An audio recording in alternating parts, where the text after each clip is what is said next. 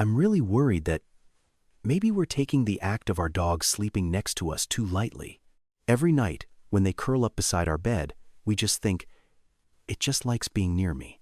But there's something deeper, an ancient instinct and biology that we might be completely misunderstanding. I keep wondering, are we inadvertently ignoring the important messages they send each night?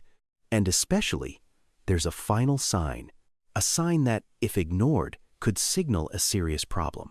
Am I being too naive? I used to think simply that they just needed warmth. But then I realized that wasn't entirely true. Dogs are very good at finding the warmest spots in the house. If it were just about temperature, they would have many other options. What started to make me uneasy was this.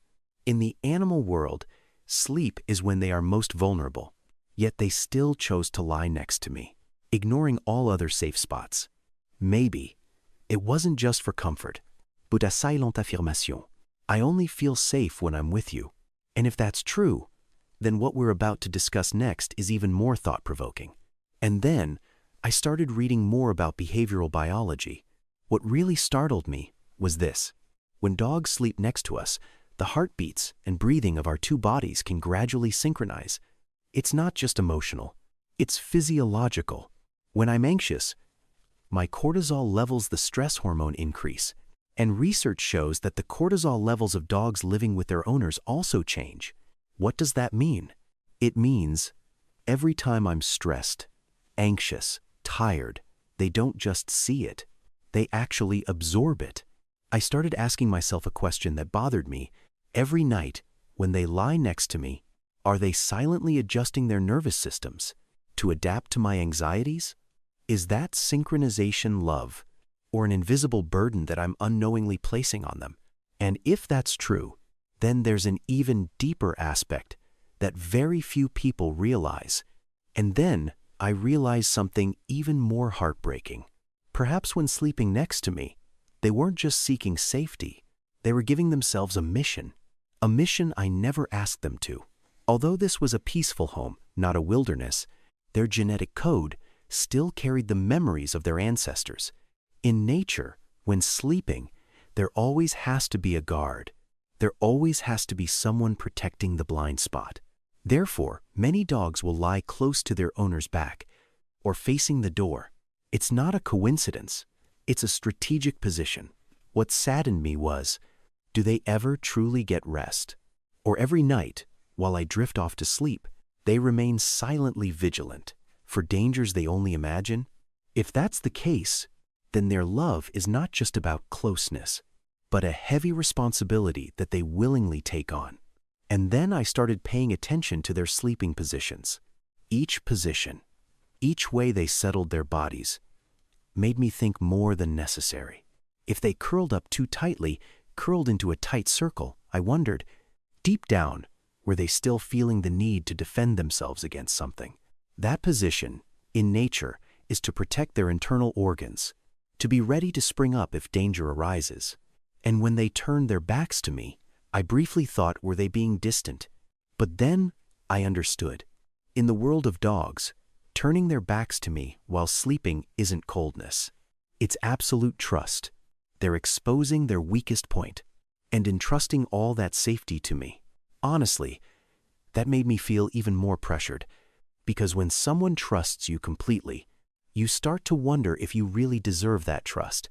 And then there are nights when they press themselves against me so tightly it's almost uncomfortable. They might lie in an uncomfortable position just to be a little closer. I start to worry that their devotion to me is exceeding their own comfort level. If so, then the next thing I discover makes me think even more. And then I discovered something even more shocking. They didn't just change their sleeping positions. They changed their entire biological clock. The ancestors of dogs' wolves were most active at dawn and dusk. That's a circadian rhythm that has existed for thousands of years. But when they live with us, they gradually sleep according to our schedule. Wake when we wake, rest when we rest. Not because they are forced, not because of rigorous training, but because they want to be as close to us as possible. That adjustment is not noisy, not ostentatious, but it is a very deep shaping of their natural nature. And I began to wonder, is that synchronization a sign of pure love, or a silent sacrifice that they never asked us to recognize? If a creature were willing to change its millennia-long life cycle just to suit you, how beautiful would that be? And how unsettling would it also be? But what really shudders at me is the possibility that they know more about me than I think. Sometimes, before I even realize I'm stressed, they've already changed their behavior. They come closer, they lie closer, or they quietly stare at me longer than usual. Science shows that dogs can smell changes in hormones, especially cortisol, the stress hormone. They can read slightly faster breathing, a subtle tightening of a facial muscle, a sigh that I didn't even notice. That makes me start to worry. Am I really hiding anything from them? Or every night, when they lie next to me, they're silently scanning my state, adjusting to my mood? If I'm sad, they know. If I'm tired, they know. If I'm upset, they know. And if all the sadness, all the pressure I carry into bed is transferred to them, then is their love for me, burdening them with things I haven't even had a chance to confront myself about.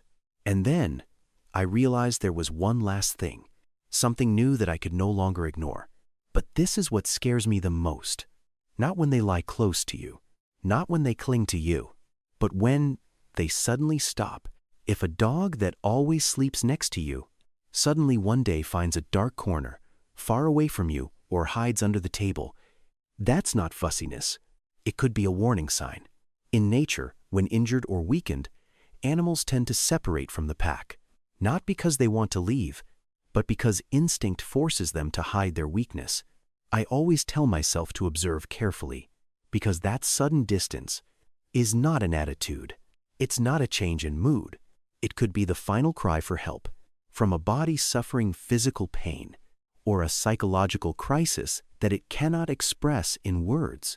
And if we only think, surely it wants to sleep alone tonight, then we may have missed the most important thing. After all, I realized one thing. Their sleeping beside me was never a small matter. Each slow breath harmonizing with my own was not accidental. It was a choice, a conscious choice of a creature placing its entire safety in me. In their world, I am not just the owner. I am the shelter, the anchor, their only safe zone. And that made me promise myself, I will never be careless again. I will observe more carefully. I will live more peacefully. Because if I am unstable, they will be unstable too. Their love is unconditional. But my responsibility cannot be careless. If you've ever looked at your dog differently after watching this video, comment 1 below to let me know you feel the same way. And in the next video, I'll share other subtle signs that your dog is silently suffering from something, things that 90% of owners miss. Don't ignore them, because sometimes a small change can save a life.